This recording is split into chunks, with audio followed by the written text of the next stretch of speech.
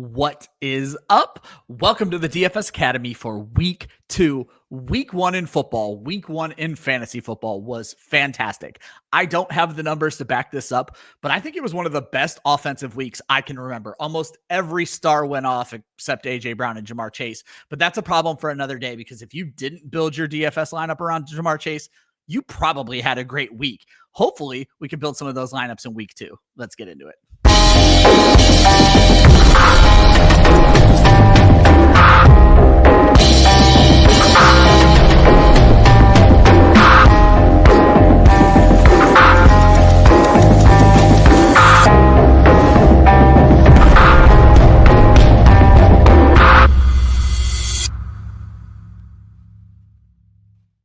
What is up? Welcome to the DFS Academy Club Fantasy's weekly DFS show for week 2. I am your host, Ryan Weiss. Austin is the DFS expert. Austin Amendolia, how are you doing, my friend? I'm doing great. It is fun to be back. Week 1, a wild time, but a fun time. Excited to get on to week 2. And honestly, people are complaining about week 1. I'm a little bit complaining about week 2 because I don't know what to make of week 1 just yet. Yeah, I think that's fair. Obviously I have to do my streams of the week scoring and we do the Wednesday show where we plan for next week, but talk about some of the stuff that happened. I was just really surprised at everybody scored points last week, Austin. Like I said in the intro, I don't have the stats to back it up, but week 1 felt fantastic. Before we get into what we're going to talk about week 1, this is a week 2 show. We spend a very little bit of time on week 1. I want to give you guys a couple of reminders. First and foremost, you can actually play DFS with us. We do not just sit here and talk DFS. We also play. We have leagues going on both DraftKings and FanDuel. You will find links in the description of this video. You'll find links in any DFS article that pops up on clubfantasyffl.com. If you jump into those leagues, it's limited spots. They do typically fill up, but if you get in fast enough, we're going to get you in there. It's a $2 league. It's a nice way to build your bankroll up a little bit and see if you can beat me and Austin. Spoiler alert, nobody beat Austin on DraftKings last week. We'll talk about that at the end of the show. I would also remind you to do all the things you're supposed to do if you love this show. Hit like, hit subscribe. If you had a great DFS lineup in week 1, drop it in the comments. If you're on Apple or Spotify or any of those places, hit follow so you don't miss an episode. This is not one of our live shows here at Club Fantasy, but we record this show Thursday nights during the game. We give up our game time to give you guys some DFS content, and then we drop it every Friday morning. So again, if you guys are not doing this already, like, subscribe, follow. And because this isn't a live show, you might feel like you can't ask DFS questions. I totally get that. However, we also have a Discord, and Austin does such a great job with the DFS content in that Discord. And you might get access to some of Austin's proprietary tools, if you will, if you join the Discord. That is also free. That is also linked in the description of this video. I highly encourage you to join. You get access to Club Fantasy. We do live streams during the primetime games where we just talk about the games that are going on. Very, very cool stuff going on in the Discord. It's absolutely free. Like, subscribe, join the Discord, follow, do all those things to help support Club Fantasy. But Austin, as always, we kick it off with what we call answers to the test. While this show kind of splits its time between cash and DFS, cash and GPP, there's one thing that I care about, and that is who won $1 million last week and how did they do it. So this is last week's Millie Maker lineup from DraftKings, 193 points. It's a pretty damn good first week, Austin. This is the lineup they rolled out there. Justin Fields, Bijan Robinson, Devon Achane, Puka Nacua, Ricky Pearsall, Emeka Egbuka, Juwan Johnson, Jackson Smith-Njigba, and the Denver defense. And Austin, one thing I wanted to note about this, and I started doing this last season, on your show, you called Bijan Robinson. On this show, I called Ricky Pearsall. And I think we actually both had the Denver defense rated as our number 1 defense. It was just a question of whether or not you were willing to pay up for it. Austin, when I looked at this lineup, one thing majorly stood out to me. No stack with Justin Fields, which is not unheard of with a rushing quarterback. But then 2 bringbacks, which I also found interesting. But most importantly, when I was putting this lineup in, Austin, there is not one of those weird players where you're like, how did they think to play them? This was a very common sense lineup that just won somebody $1 million.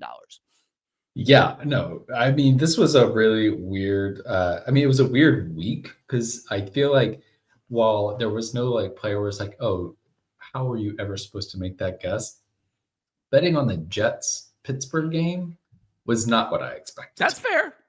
And so the fact that Fields ended up being the optimal quarterback in this was surprising, but also it's like not surprising because he's done it before. And that was the thing about this. And it's the thing about when you play with somebody like Justin Fields in your quarterback spot, you don't have to stack them. You can get away with not doing it because a guy like Justin Fields, he can get it done all on his own. I think Josh Allen is in that category, especially with how much he spreads the ball around in Buffalo. Those types of players, you can play them unstacked and it's totally fine in tournaments. It's a little bit risky in large field tournaments, but definitely in small tournaments, you can do it. You can do it consistently. Yeah, I think Fields opened things up because he wasn't terribly expensive last week. So it opened things up to be able to get Bijan Robinson and Puka Nacua and Devon Achane all in the same lineup. Obviously, Emeka Egbuka, I imagine his rostership percentage was through the roof, but then nobody saw JSN. I think I saw the stat that Sam Darnold had 151 passing yards and JSN accounted for 124 of them. 27 yards did not go to JSN in that game. Yeah, it was a wild time. I mean, it's funny because like JSN is like the one that I think we probably could have all seen coming because we were all like, people were like out on him and like starting to be like, I don't know. He's really good. And that's how you that's where you find wins in GPP. Yeah, exactly. Well, and I think your point about guys like Emeka Egbuka, it's a good reminder that you don't have to be all different, right? Like, I think it's easy to get into this trap where you feel like I have to only pick players that are going to be 5% rostered or lower. And that's just not the case. Absolutely. You need to be able to get different enough to be able to have that level of upside to win these tournaments. Let's be honest. Jawan Johnson won this for this guy. Jawan Johnson was the tight end one. This is the chalkiest lineup ever until you get to Jawan Johnson. That's the only one you can look at this and didn't see coming. So don't be afraid to go chalk when you get into these tournaments because as Austin points out, only a few people win in these tournaments and the most points wins, folks. Austin, we're adding a new segment this week and I'm glad we're doing this because we want to give ourselves some accountability. It's something we've always done here at Club Fantasy and you're going to kind of break down for people how you performed in week one. And before you do that, we had a small discussion in the background that obviously our listeners would not be privy to. I want to let you folks quickly know how I play DFS. I do DFS rankings. I do a lot of fantasy football, everything. I am very busy right now. I work customer service for football guys. I have a lot going on. I'm not trying to make excuses. I don't have the time to build a lot of DFS lineups. But as Austin is fully aware, and if you've watched the show for a number of years, you're fully aware, I want my lottery ticket. I want my shot at $1 million. And Austin has really talked sense into me about how like I'm burning money. But Austin has also talked sense into me that cash games are where you build your lineup. So what I have decided to do this season is I am building one Millie Maker lineup, my lottery ticket. And then I am building one 50-50 like head-to-head lineup. It's not for a head-to-head. I put myself in a larger field 50-50 for the same cost as whatever they're charging for the Millie Maker that week because they like to play games early in the season. So my goal is to use my 50-50 to pay for my Millie Maker. I'm going to be honest, Austin, didn't cash in either last week. It was a rough week. I was an idiot and built both lineups around Joe Burrow. It blew up in my face. You were much more successful to me. So why don't you go ahead and talk about your week one in 60 seconds? Yeah, well, so last week, I first off wanted to frame how successful I was in head-to-head. So I went 57% winning in head-to-heads, which is really nice. About 50% means we're making positive cash on those lineups. And I cashed in the $25 double up that I enter every week. So really good week for cash, which was nice for my bankroll. To get there, the things that I pivoted on from when we talked in the show to when I set my lineup for Sunday was I did pivot to Trevor Lawrence at quarterback, which helped because he was a little bit chalky. And so it meant that even though he didn't like really hit his ceiling, I was zeroing out with a lot of other players, but he also did enough to get me in the lineup. Yeah. The thing that I think really made my week was that I stuck with CMC at running back, which people were afraid of him. He was only like 12% rostered. I did it on the show, Austin. I bailed on the show. He was only like 12% rostered in cash. And he, going into the 4 o'clock games, I was behind. I was like, ooh, this is a rough first week. He got me to cash in that 25 and got me to that 57% ratio. Yeah. A couple of other notes I would just say, we talked about some of the chalky plays. Drake London was 63% rostered in my double up last week. And Emeka Egbuka was at 70%. And it just went to the point that it was crucial to have those guys, particularly Egbuka, in your lineup for cash in order to be able to double your money because he popped. And if you weren't one of those 70% people, you were starting from way behind.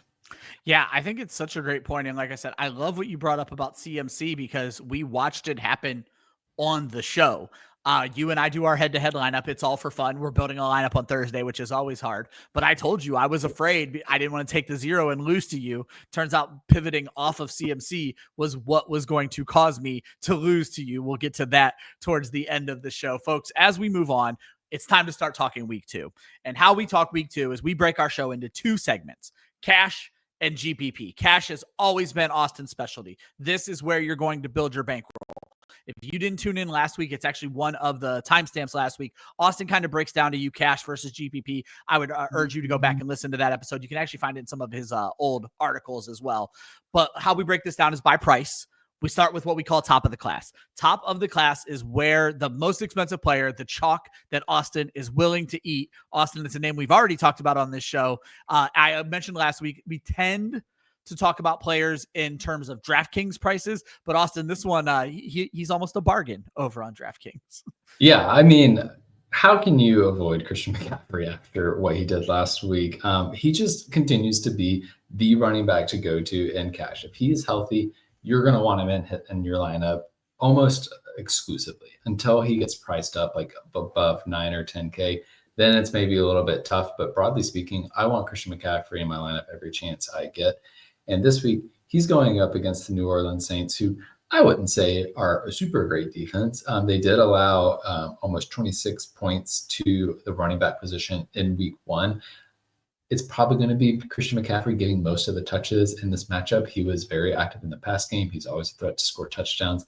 I love this matchup. It feels safe, so I'm going back to Christian McCaffrey.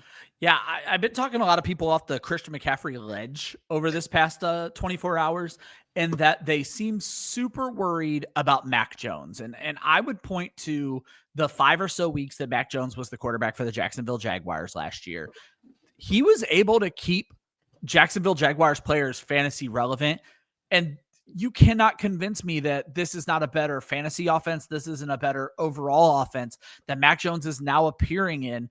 And he has Christian McCaffrey and he still has Ricky Pearsall. And I don't hate Kendrick Bourne. I'm not putting him in any DFS lineups, but I think he's a fun ass play for San Francisco this week. I don't think this San Francisco offense is in the trouble that other people seem to think they're in.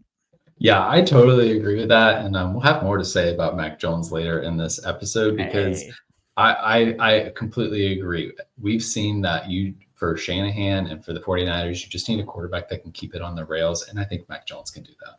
100%. And there were rumors, we'll move on after this. There were rumors that Shanahan wanted Mac Jones back in the day and was forced into that Trey Lance pick. And now he's home and maybe Brock Purdy loses his job here. I'm joking, folks. I'm joking, but I'm not as worried about Mac Jones as the rest of the world is. Austin, as we move on to the section we call band nerds, these are the good students, but spend too much time practicing those instruments. They're not quite ready to be the top of the class. We are, of course, talking about $6,000 to $8,000 players. Again, we typically focus on DraftKings pricing. We've talked about this last week. FanDuel runs about a $10,000 higher budget than DraftKings, so their players on average are 10 or so % higher. You can find value when you find a player who doesn't quite line up with that, but that's typically what you're dealing with. Austin, 6,000 to 8,000, you got 3 of them for us this week. Yeah, so I'm looking for pure volume when I'm looking at this range. So I'm first starting off with CeeDee Lamb, who is $7,800 on DraftKings, $8,700 on FanDuel. When he and Dak Prescott are healthy, he is getting the ball consistently in this Dallas Cowboys offense. The offense looked pretty good last week in their first week out. And I think that that's going to kind of continue. So I am very much a fan of going after the volume there. It's kind of because I feel more certain about him than I do Jamar Chase. Like Jamar Chase is the kind of guy that I'm usually willing to pay for whenever it comes to these DFS contests. But for this week, I prefer to go with CeeDee Lamb, who I know is going to get the consistent volume. Yeah, we'll talk about Jamar Chase later because obviously I think a lot of people are thinking that way and there may be a pivot involved in there, but you can keep going in this section, buddy. Yeah, I think that's super fair. Speaking of volume, I'll talk about Brian Thomas Jr. next. He is $6,700 on DraftKings, $76 on FanDuel. He was in my cash lineup last week that did cash, and now he didn't hit necessarily the ceiling we would want him to. At this price point, ideally we want him to be getting 18 to 20 points, right? We're looking for players to 3x their salary. $6,700 on DraftKings. You do the 6.7 times 3, it's 19 points ish. I know that there's some decimals in there. It's actually 20.1, but that's okay. Okay, human calculator. I guess that's fair. I can see how you could do that quickly, but I did not do it quickly. I'm just messing with you. So 20 points. So that's what we would ideally want. He didn't do that last week, but he got 8 targets. He's still going to be the dominant target hog in this offense. And I think he's going to continue to be 30 to 40% rostered going up against this week the Cincinnati Bengals, who I don't trust that defense. And I think it's totally fine to bet on the pass game against Cincinnati. Yeah. And while the Browns weren't able to turn it into a lot of points, we saw good from the Browns passing game last week, from Jerry Jeudy, from Cedric Tillman, from Harold Fandon Jr., from Dylan Sampson. These are names you're going to hear later on in this show. And if they can do it, why can't Trevor Lawrence and Brian Thomas Jr. and Travis Hunter and Brenton Strange do it? I'm super interested in this offense. And then our first not our first running back. Christian McCaffrey was the first running back. Our second running back of the show. Yes, our second running back of the show, in James Conner, who I think we probably talked about last week because he is a like DFS cash darling for me. I was going to say, him and Jonathan Taylor just feel like cash plays. Plug them in, be happy about it. Yes, the boring running back that you don't want to take in your redraft league, probably good in cash. James Conner fits that bill. $6,600 on DraftKings, $7,700 on FanDuel. They are playing the Carolina Panthers. And if you recall, these two teams played each other late in the season last year. I was actually at that game because it was in Carolina. And James Conner was eaten against this this Carolina Panthers defense and got hurt and missed the rest of that game, so didn't hit his ceiling. I think he's going to eat again. If Travis Etienne can nearly rush for 100 yards on this team, I think James Conner can manage to do it. They also love to rely on him when they're playing from ahead, and I think that there's a good chance they're doing it. Yeah, I've talked about it numerous times. I've become a notorious Carolina Panthers hater by covering them. And this is a defense that's going to struggle against the run. And they lost, Bobby Brown III, I think it was. They lost him last week. And so that's a problem in the middle of their defense, a defense that needed help in the middle of the defense.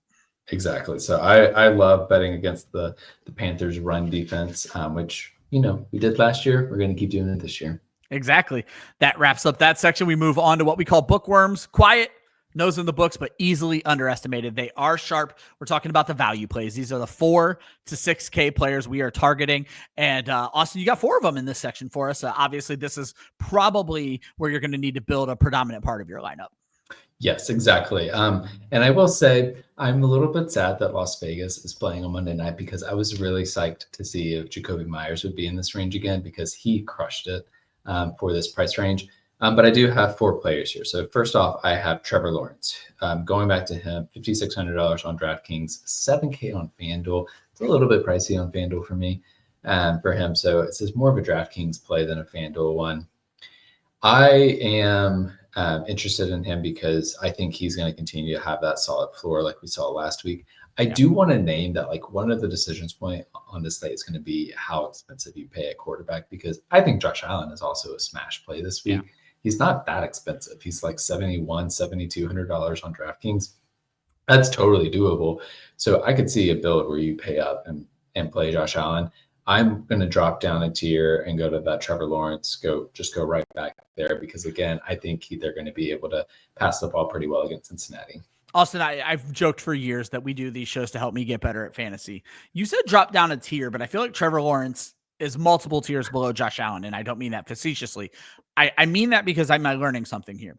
It seems like when you start to build your cash lineup, it's either studs or scrubs when it comes to the quarterback position. I feel like every time we've talked about this, we don't typically want a mid-range quarterback, and I don't consider Lawrence mid-range. I feel like you either pay up for the guy who you know is going to hit Josh Allen, or you find the cheap guy that you trust that can hit that baseline, sort of like Trevor Lawrence did for you last week. Does that sound accurate to you?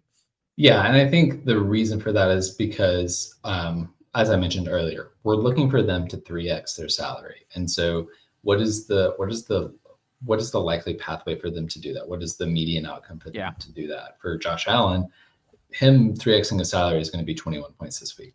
He does that regularly. So I feel really comfortable playing him in cash. For Trevor Lawrence to 3x his salary, I need 16 points. That's not that much. Yeah. And he can get there pretty easily as well. And then we'll talk about another quarterback later, but like, let's say there's a quarterback out there that is maybe typically the backup quarterback, and he's 4K this week. And you think he can score 12 points. I'm cool with that, right? So that's kind of what, to your point of like, it's kind of stars and scrubs, because what you're really the question you're asking is, can they 3x their salary? Yeah. I think that's such a great tip. I'm just saying over and over again because I'm thinking of things in my head. Like I wouldn't use. I'll wait till we get to the section, then we can talk about it. You have 3 more guys in this section. Let's go through these guys. A running back and a couple of wide receivers. Yeah, exactly. So I will say, if you are paying up for someone like Josh Allen at quarterback, you may need to save some money at running back. And this is a guy we're going to talk about earlier. His name has already come up on this show. Dylan Sampson, I think, is a really good play here, especially on DraftKings. He's $5,200 on DraftKings, $5,500 on FanDuel. He caught 8 passes last week. That's ridiculous. Wow. He shouldn't be catching that many passes. And I don't know that he'll hit 8 catches again, but clearly he was a dump off option for Joe Flacco when things got hairy. And so if he gets 5 or 6 catches at this price, that's great. So I really love Dylan Sampson this week. The next guy on my list, I do have Hollywood Brown, who is $5,200 on FanDuel, $5,200 on DraftKings, $6,500 on FanDuel. So I like this play more on DraftKings than FanDuel. That's a little bit pricey for me, for a guy that's kind of a PPR maestro right now. Words out of my mouth. Yep. And that's the reason I do like him for DraftKings, is because at $5,200, if we see him getting the same volume as he was last week, I want to be a part of that, and I want to make sure I'm getting that exposure. I will say I am a little bit nervous about this if Xavier Worthy does end up playing on Sunday. I think Hollywood Brown will have a same or similar role to what he did, but I do have there's kind of a question mark there. Like, how much was his role last week because Xavier Worthy went out early versus what we can expect to see this season? So I will probably monitor this one, and I may pivot between now and Sunday. But as of now, I feel like he's somebody that you should be considering in cash this week.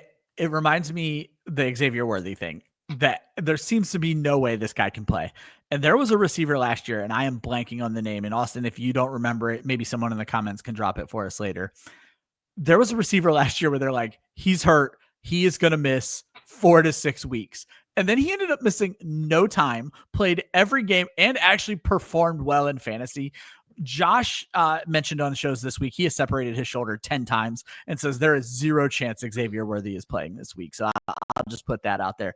But you hit perfectly what I wanted to say about Hollywood, is he feels so underpriced on DraftKings with that PPR format.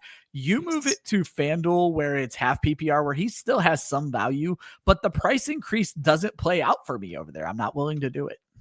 Yeah, I definitely would not be doing it on FanDuel. That feels like too much of a price bump for me, for a guy who like, you're really relying on him to get into the end zone. And I think there's a lot better red zone threats than Hollywood Brown.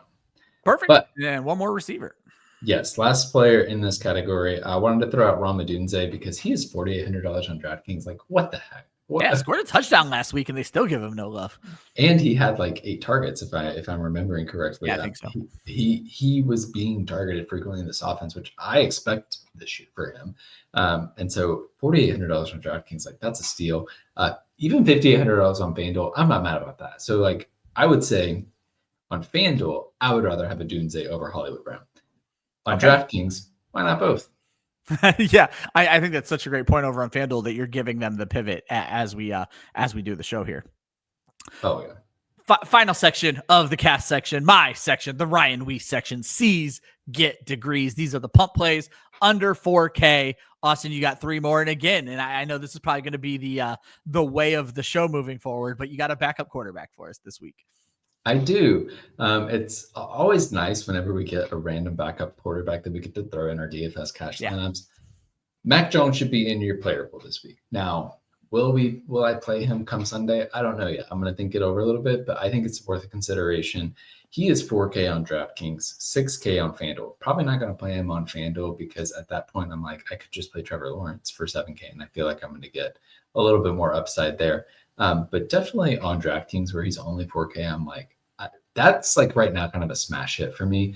Ironically, it's not going to be in my lineup I announce later in the show, but as we mentioned earlier, at that price point, I need him to score 12 points.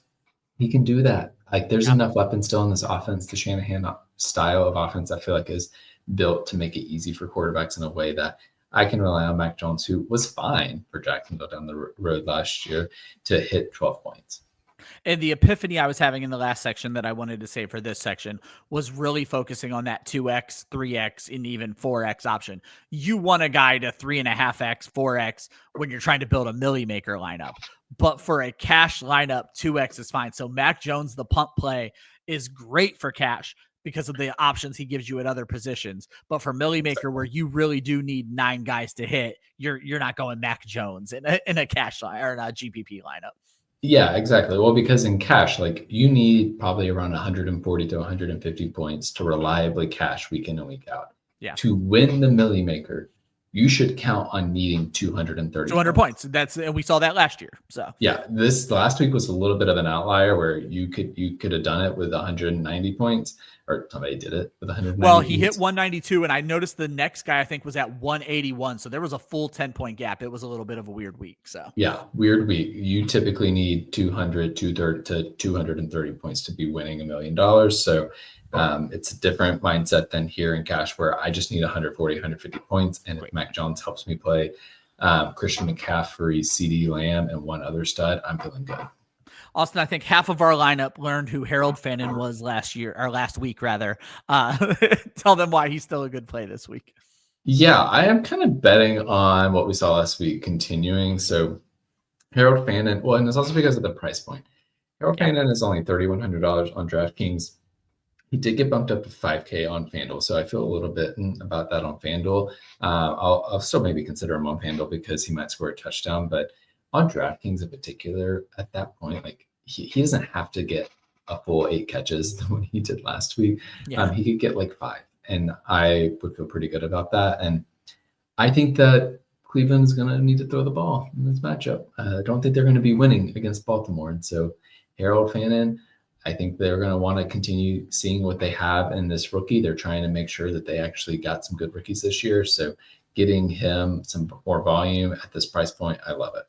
And then for the defense, you got last week's surprise of the week defense, because nobody saw what happened in that Indianapolis-Miami game coming. Yeah, exactly. So I'm going back to the well with Indianapolis. The thinking here, I mean, first off, they are $2,600 on DraftKings. They are $4K on FanDuel. So it's one of those deals where I like to kind of play cheap at defense whenever I'm looking at my cash lineups, because 9 times out of 10, the defense doesn't actually matter. It shouldn't be the thing that is like swaying your cash lineup.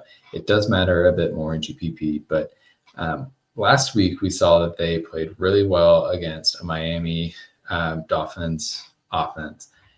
I'm kind of betting on the rut that we saw Denver have last week, where they had a hard time getting going. Bo Nix made some mistakes. I'm kind of betting on that continuing, because also the Colts demonstrated that they could take advantage of mistakes last week. And so I'm just going to, when I'm looking at some of these cheap options, the fact that they are coming off of a high and Denver's coming off of a low, I'm like, that seems like a good matchmaking right there. Especially with the Colts at home in this one. I followed a lot of the Denver Broncos preseason reports. The unevenness of Bo Nix, what we saw in week 1, that was kind of the story of the preseason. And you're saying that you expect on it to continue in week 2. I think we could see it continue past week 2, which is obviously going to put some people in some awkward situations when they loved Bo Nix the way kind of I did coming into this season. Yeah, I could see that happening. I mean, Bo Nix, like he's this quarterback where like he's right in the price point where I'm like, you could be a cash stud. But after seeing what I did last week, I'm not going that direction in cash. Yeah. All right, guys, we are moving off of the cash game. Those are Austin's favorite cash plays this week. We are getting into GPP. I will remind you a couple of quick things. Tournaments with us on DraftKings and FanDuel. They are leagues that we have going on. They are $2 spots. Get in there, claim your spot, play with us. You will find links in the description of this video. You will also find links in any DFS articles that you find on Club Fantasy FFL.com, including my matchup report that dropped yesterday morning on the website. Also, if you want, I think we drop those links in the Discord, but we drop a lot of DFS stuff in the Discord. That is also completely free. If you guys would like to come and join the Discord, talk fantasy football with us, talk DFS with us, talk fantasy baseball. And we've even recently adding a wrestling channel to the Discord. We are doing everything to engage with our fans. HoovTube is on there all the time. Austin, all the time. Gator J, all the time. I'm on there as much as you guys tag me. I said I'm very busy. I'm not trying to sound like I don't care about you. I very much care about you. It's just hard right now. Everything will get a lot easier for me in October. But yeah, join the Discord, join the tournaments. It's a lot of fun going on. And like, subscribe, follow, do all the things you can to support Club Fantasy if you enjoy the content that we are putting out literally 6 days a week. We go live 5 days a week. Friday is the only day we don't go live, but we do have this show that drops Friday morning. Now we move on to the GPP. This is where Austin and I are both going to give some picks. Austin gives you enough picks to build in a lineup of all Austin picks. And trust me, that's the better way to do it. I like to give my kind of contrarian ideas, and then Austin tells me a lot of times why they're terrible. He's usually right. My ego doesn't take offense to it. But hey, we have a lot of fun here. We do this one by position. We start with the quarterbacks. And Austin, you got a name that I feel like a lot of people have been up and down on for the last 3 years in fantasy as your GPP quarterback this week. Yeah, people love to hate Kyler Murray. Don't they? He is $6,400 on DraftKings, $7,700 on FanDuel.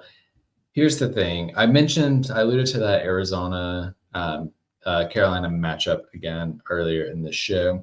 I think that this could be a sneaky matchup this week. It's not popping off the table in terms of the over-under line. There are other matchups that I think people are going to be drawn to, like another matchup we will talk about that I think you do want exposure to. But there's the Jacksonville-Cincinnati game. We have the Super Bowl rematch. Even the Buffalo Jets game has a higher over-under than this. The thing, though, that does stick out to me is that the Arizona Cardinals, they have the 6th highest implied team total of the week. And that's when you take out the Thursday night slate, they have the 5th highest for the main slate. So they're expected to score a bunch of points. And while I could see them getting ahead and riding James Conner, I could also see them being a little bit more back and forth. This game popped off when they play each other in that week. I can't remember what week it was, if it was 16 or 17, but it went into overtime. It was 36-30 final. It was one of the highest scoring games of the week. It's 2 mediocre defenses, so I could see that happening again. And so we'll talk about how we're stacking and correlating that throughout. But I think just by targeting this matchup, you're already kind of differentiating because I think people will overlook it. Yeah, for me, I went with what feels like chalk, and especially feels like chalk because he won the Millie Maker last week.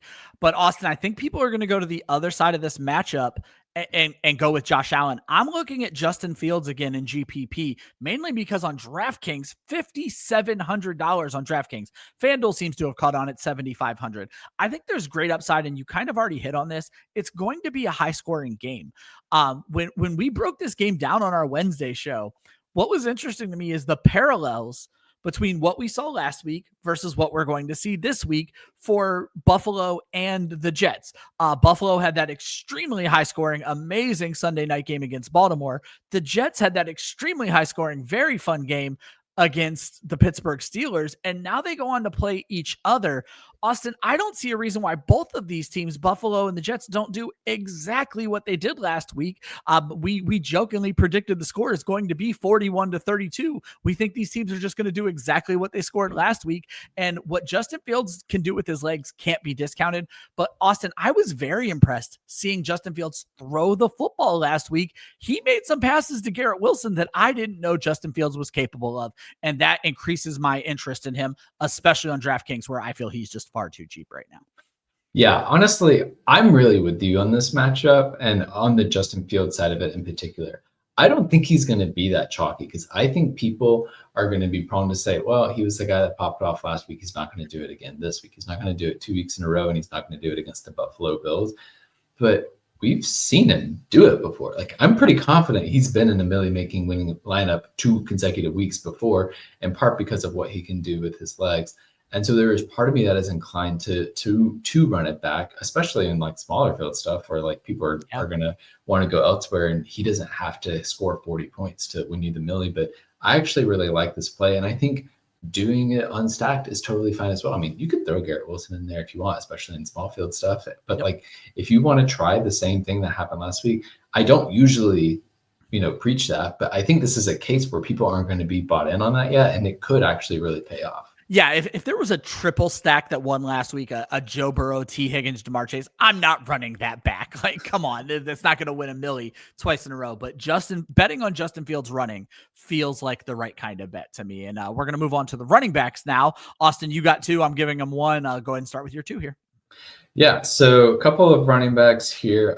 First off, so I already mentioned the Arizona Carolina Panthers game. This is where I'm thinking about getting my correlation. So I'm coming in with Kyler Murray at quarterback. I'm going to have a stack with him later on. And then on the bring back, I'm going to have Chuba Hubbard. And this is really thinking that if this game does pop off, there's a good chance that there are players from both sides that are playing really well. Chuba Hubbard performed really well against the Cardinals in that game. And I know I'm relying so much on that last game, and it's like, okay, it was one game, Austin, like hop off of it. But I do think it is recent enough, and I'm like, there's a likelihood that there's some trends that repeat here. And Chuba Hubbard was a really good play last week. Like he helped me win in my cash lineup, and he was only like 10 to 15% rostered. Yeah. He's cheap enough too that it's not that bad. In DraftKings, he's 6K, and FanDuel he's 6,400. And so on FanDuel in particular, like he scored 2 touchdowns in the last matchup against the Cardinals. If he's doing that on FanDuel, he's going to be really good. Yeah, he doubles his cost on FanDuel and touchdowns alone, and then all the yards are just icing on the cake. So you love that. The one thing I'll point out before I let you talk about your other back is you say you keep relying on that late game last year, but what's interesting is these teams are largely the exact same teams they were last year outside of Tetaroa McMillan. There's not a lot to point at and say that's different. So relying on that game is actually great insider intel, in my opinion.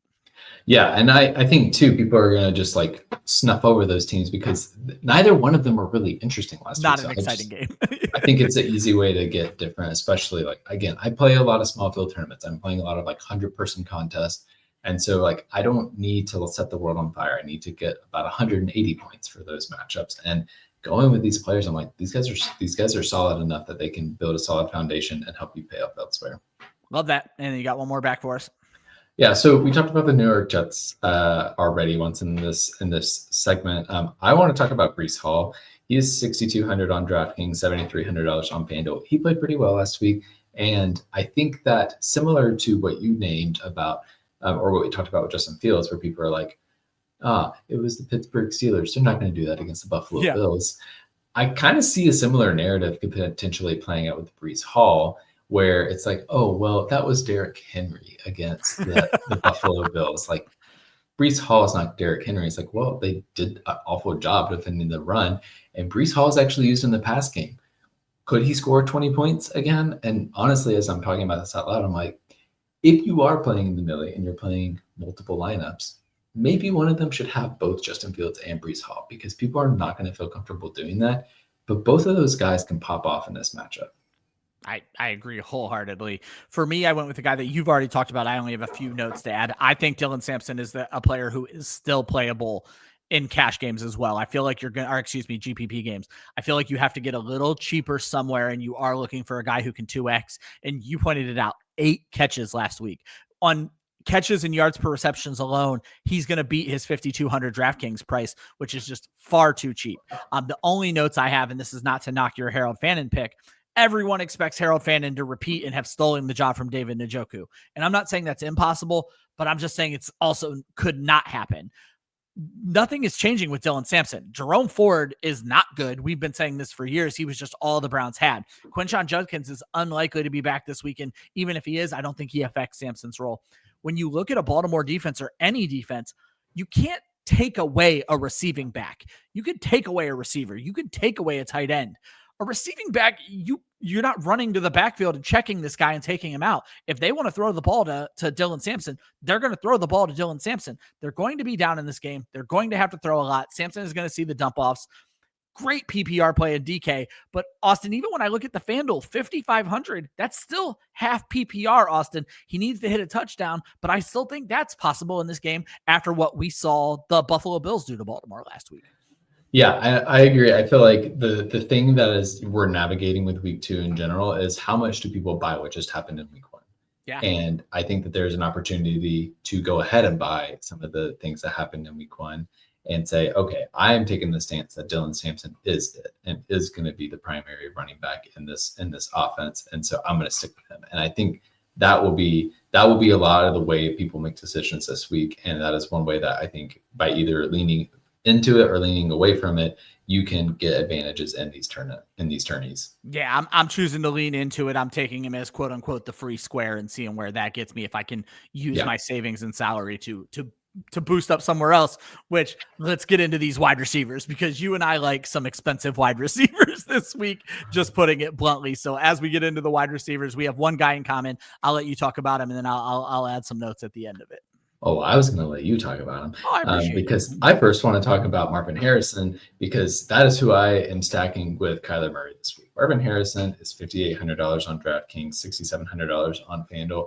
He is still way too cheap to me, and I'm still waiting for him to pop off. I do feel like we started to see him utilized more like what we would want to see him being utilized in this offense, and I expect that to continue over the course of the season.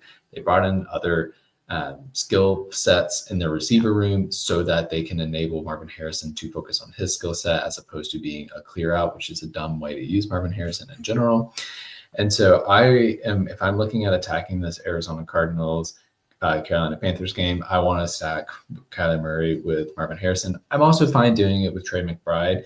But I will say I am not double stacking this. I feel a little bit uncomfortable doing that. I don't feel like Kyler Murray is the type of quarterback that often supports two pass catchers in a single game.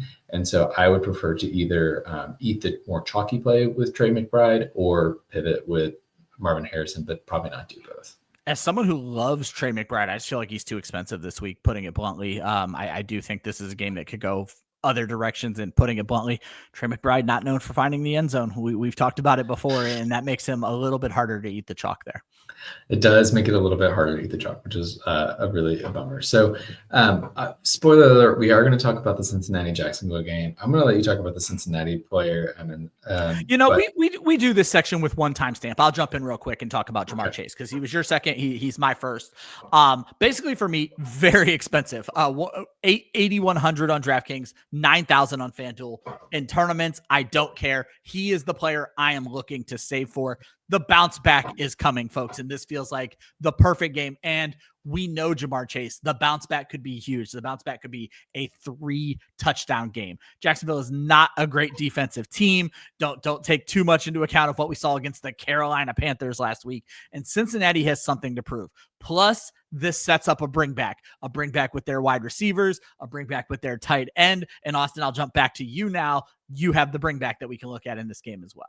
Yeah, so you are thinking exactly where I am on this one. I am very much on the bounce back for Jamar Chase this week. The issue I do have with this with taking this route is this is the highest over under on the slate. So it is a lot of people are into this game.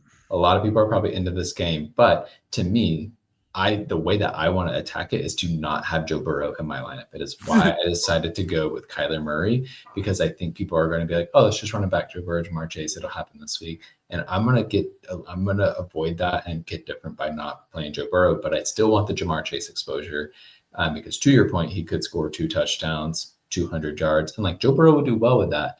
But if he only scores 20 points, and Kyler Murray scores 25 to 30, well, I've differentiated there enough to be able to get up there. And so with that in mind, I'm looking at a couple of options on the bring back on the Jacksonville side. I think you can pay up for Brian Thomas Jr., play him in GPP as well. We already talked about him in the cash section. He's going to be good there. He's going to be high rostership, so you're going to have to be focusing on getting different in your lineup elsewhere. But again, I think if you're attacking this matchup and doing it without Joe Burrow, you're getting different. The shout out I wanted to give was to Diami Brown, who is $4,200 on DraftKings, $4,700 on FanDuel. It's very similar to your tight end that we're going to talk about here. I think it's just getting a different pass catcher in this offense that's going to be low rostered. And we've seen Diami Brown have pop games.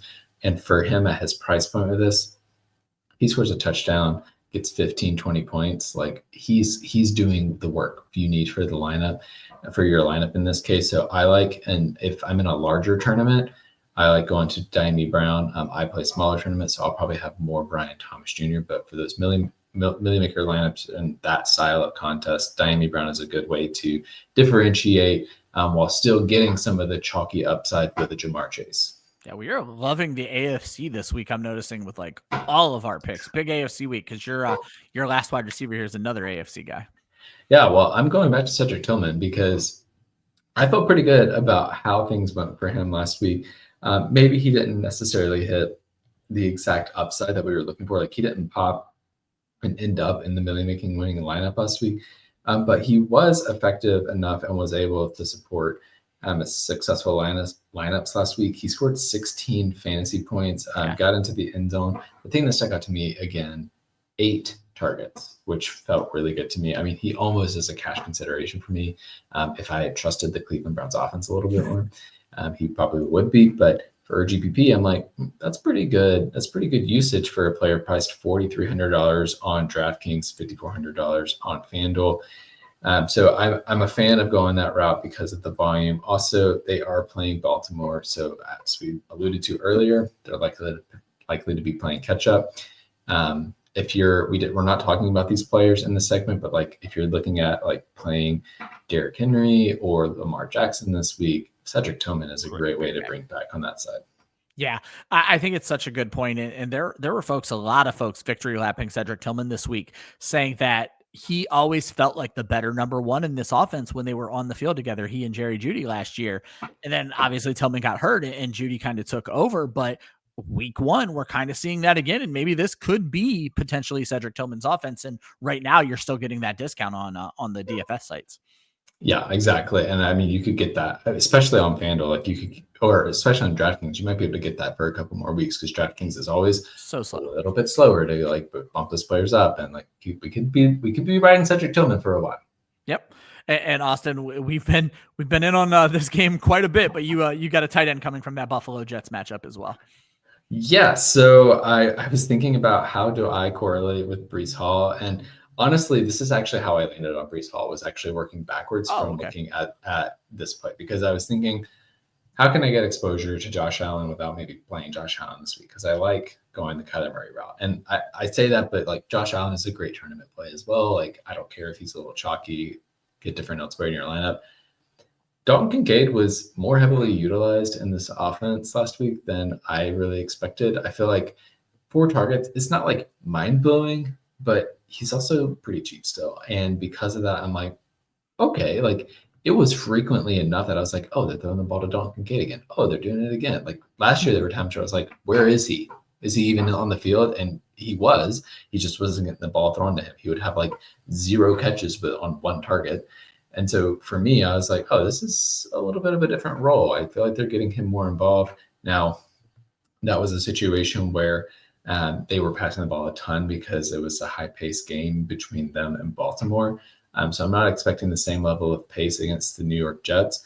But at $3,700 on DraftKings, him scoring 10 to 12 points is doing me just fine and getting that Breece Hall correlation. Yeah, I'm ready to eat crow on Dalton Kincaid next week because I looked at his numbers. I was down on him.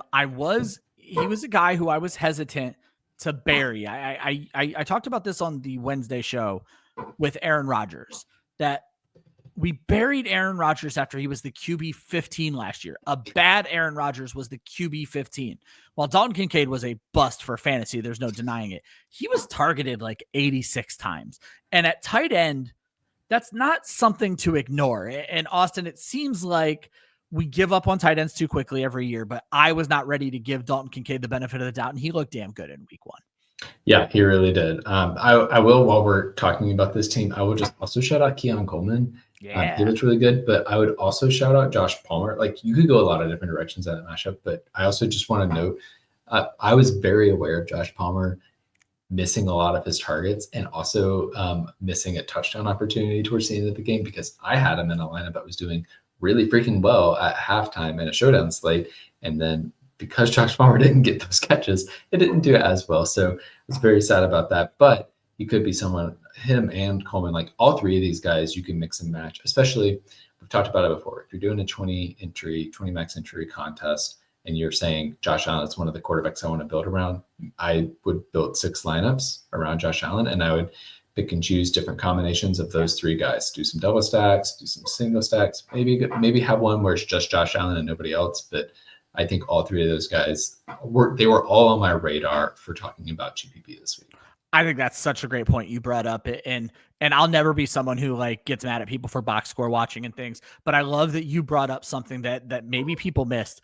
If you don't pay a lot of attention to a specific game, you could miss things like what Austin just said. Josh Palmer had big point potential and things kind of slipped through his hands figuratively and literally. So things didn't work out well, but that also means that Josh Allen was going to him. And if it works out well this week, all of a sudden Josh Palmer is a guy that we can point at and be like, wow, he won somebody $1 million. Exactly. Yeah, I like that a lot. For tight end, I went with another game that we've been kind of sticking on. This guy is my stream of the week tight end. We've talked about it before. My streams of the week tend to make their way onto this show, and I'm going Brenton Strange for dirt cheap on DraftKings. Not quite as cheap, $5,100 over on FanDuel, $3,600 on DraftKings. I think Jacksonville is going to be throwing a lot in this game. We like a lot of the passing game in this game, obviously. But Austin, the thing that really stuck out to me is that the Bengals cannot stop fantasy tight ends. They're the reason a lot of our audience found out who Harold Fannin is. But also, I went back and looked, Austin. They gave up the most fantasy points to tight ends in the entire 2024 season. This is a pandemic for this team. They can't do it. So when you look then that Brenton Strange had 4 targets, caught all 4 balls for 59 yards. Didn't find the end zone last week, though he did have one of the blocks that set them up great. It's been the highlight reel of the Jacksonville week. But what I like about this is, Austin, that's 10 points basically without a touchdown. I think it's easy that he could beat those numbers on volume against the Bengals. That's already 2.5xing his salary. You throw in a touchdown, we're talking about 4xing his salary from the tight end position with a dirt cheap tight end. That works out really well for me in these tournaments. Yeah, I mean, I really like this pick. Brenton Strange, I mean, he was pushing cash consideration at times last year, so he definitely has the ability to be not only have the ceiling but have the floor as well. So I'm a big fan of that, especially if the Cincinnati defense decides to key in on Brian Thomas Jr. and Travis Hunter. Yep. And I had convinced myself that Brenton Strange scored a touchdown last week. I couldn't find evidence that it was called back. I swear he scored a touchdown. What I'm trying to get at here is this is one of those missed opportunities, Austin, that we're talking about. I remember him scoring a touchdown, and I think it got called back, which means Trevor Lawrence is looking for him in touchdown scoring situations. So I think it's more likely that it could happen this week against a team that cannot stop fantasy tight ends. Austin, you cannot build a lineup without fantasy defense. We actually have 2 different picks this week. We agreed last week. We're a little bit different this week. Yeah, I mean, I will admit, like, I struggled a little bit in general to pick players this week for GPP. And so I landed on the New England Patriots for defense, $2,800 on DraftKings, $4,400 on FanDuel. The main reason I did this is because they're going up against the Miami Dolphins, who were awful last week. And I'm kind of betting on that happening again. Also, the Patriots defense was kind of good last week. It wasn't exactly a tough matchup against the Las Vegas Raiders, but they were respectable. Exactly. Neither is this. Several turnovers by Miami last week. And so I feel like the Patriots, they're going to be able to at least put up a respectable match. And if Miami continues to put the ball in harm's way, it creates that potential upside for a defensive touchdown.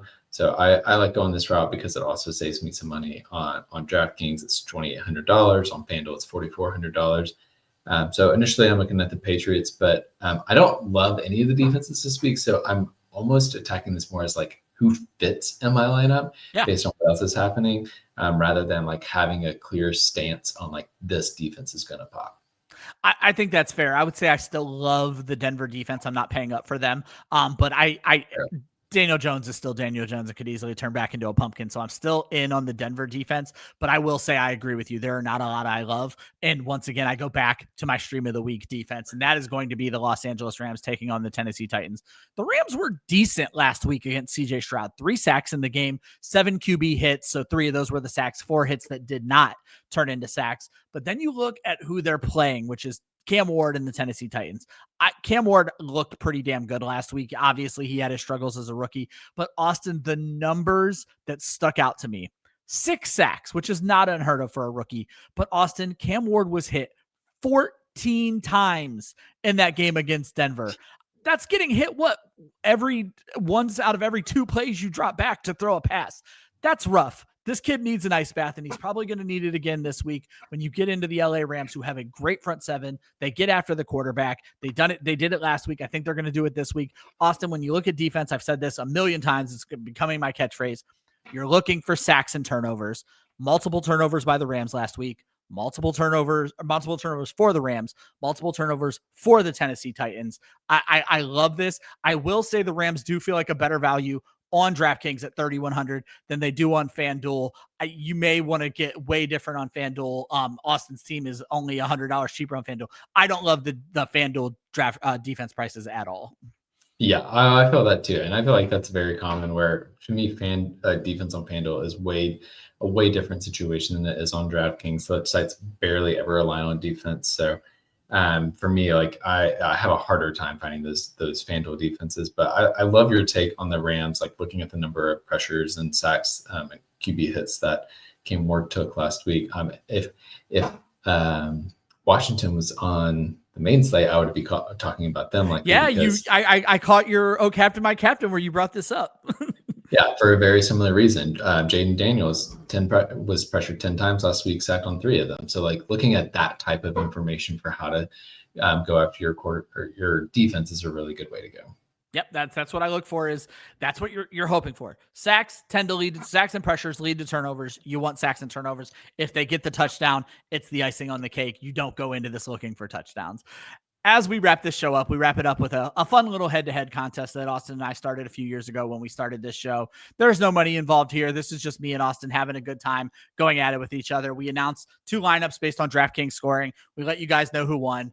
Austin won 132 to 105. You beat me by 27, Austin, and I can look squarely at your running backs. You built a lineup where you were able to get Christian McCaffrey, Bijan Robinson, and Bill Krosky-Merritt into one lineup. And that truly was the difference between our 2 lineups last week. We had 2 wide receivers in common, first of all, but everything else kind of canceled each other out. You beat me a little bit at quarterback. But all in all, it came down to you were able to fit stud lineups in your roster, and they worked out really well for you. Yeah, well, what's funny about this is the cash lineup that I ended up playing actually scored a little bit worse than this, 125 points. 7 points. Yeah, still cashed, but good to know that it would have worked out either way. Yeah, if you had just stuck with this lineup that you built on a Thursday on a random whim. So what we do here, folks, is we just announce a quick lineup that fits into a DraftKings budget. I'll announce my lineup again first, Austin. So we announced this lineup. This is just for me and him. I always tell you folks, Austin is a DFS pro. I use that term liberally.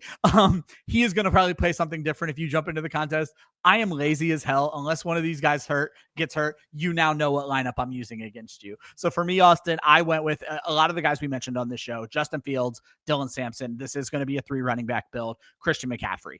The guy I went with as my next guy, I went with Kyren Williams. Kyren Williams is a guy who I think could score multiple touchdowns this week. He found the end zone last week. All he does is find the end zone. And again, I like the Rams defense. Why in the world wouldn't I look for some correlation there? And if it's a good defensive game, it's probably a good run game as well. I fit Jamar Chase into this lineup. We really didn't get a chance to talk to him about Kayshon Boutte. A lot of targets out there out of New England. So that's a guy I'm interested in. DK Metcalf revenge game. And then I got my boy Brenton Strange in my Rams defense. Yeah, I love that. A lot of players that are interesting there. Definitely took a second look at Kyren Williams. So a fan of that.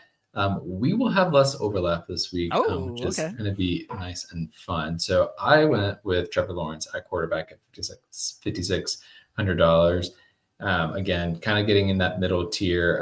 And I would just throw out there that I did actually start with Mac Jones in my lineup, but then I had a decent amount of salary left over. So I was like, okay, I'm going to move some things up. I have 2 running backs this week, going with Christian McCaffrey at 7,500. And James Conner at 6,600, which means I have 4 wide receivers this week, and I am kind of in love with them. CeeDee Lamb at $7,800, Brian Thomas Jr. at $6,700, Hollywood Brown at $5,200, and Rome Odunze at $4,800. All guys we talked about on the show. Yeah, I'm sticking with Harold Fannin at my tight end spot at $3,100, and then ending it up with the Indianapolis Colts at $2,600. There you go. So yeah, basically your lineup, not other than anybody. Hollywood. No, your lineup is literally guys you talked about on this entire show. That might be a first. I feel like we've always had to fit 1 or 2 guys in there, and I certainly have to because I don't give a full lineup. But yeah, your lineup consists entirely of people that that were mentioned on this show. As I mentioned, you can play with us. And not only do you get to play with us, you also get your name called out unless you played against Austin last week on DraftKings, because Austin takes down the DraftKings contest with, he mentioned, 125.92 points. That is Austin's 8th win all time on DraftKings, and that counts all of our showdown slates. I always tell folks, don't get intimidated to come play with us. Very rarely is it me or Austin taking down these tournaments. I'm pretty sure we have 16 wins between us out of over 100 contests at this point on DraftKings. Over on FanDuel, they don't let me look at your all-time wins. They just let me look at the league. So obviously it was ERT who took down the tournament with 114.22 over on FanDuel. And this is obviously the first win of the season because it's the first game of the season. So Austin, that wraps up this episode of DFS Academy. Obviously you are doing mostly video or all video DFS content. Let people know where they can find you. Plus obviously the Discord. Yeah, so catch us on Discord. I try to be very active in there, post the lineups that I'm thinking for the showdown slates, for the main slate where I'm looking at pivoting. If we hear a random injury come up, I'll talk about what player I might be looking at instead. Or if you just have questions and want to jump in there and talk about your lineup, how you're thinking about it, I'm happy to help work through those things. And then you can catch me here on the Club Fantasy FFL YouTube talking the DFS main slate every Friday and talking about every single Thursday night showdown slate.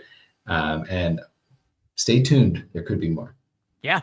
You'll love to see it. If you're looking for regular fantasy football content, the next time Club Fantasy will be live is Saturday morning for Start Sit Different Day. We do a 1-hour show where all we do is answer your start sit questions. There is no show sheet. The show is guided by you. If you have start sit questions that you can't get in on other shows, we do not ever end a show without answering every single question. So look out for that. And if you hit subscribe, you will not miss it. We do not do any shows on Sunday. That's where we watch football and get content. And then we're back on air on Monday. But the next time you'll find us is Start Sit Different Day. Tons of articles over on clubfantasyffl.com, almost all written by me. Austin and I's rankings also over on clubfantasyffl.com. We get those updated all the time. Basically what I'm trying to say is if you stick with us, we're going to get you through this season and hopefully win you some championships and hopefully win you some money in DFS. Good luck building those lineups this week. We will see you guys next Friday. Have a great one.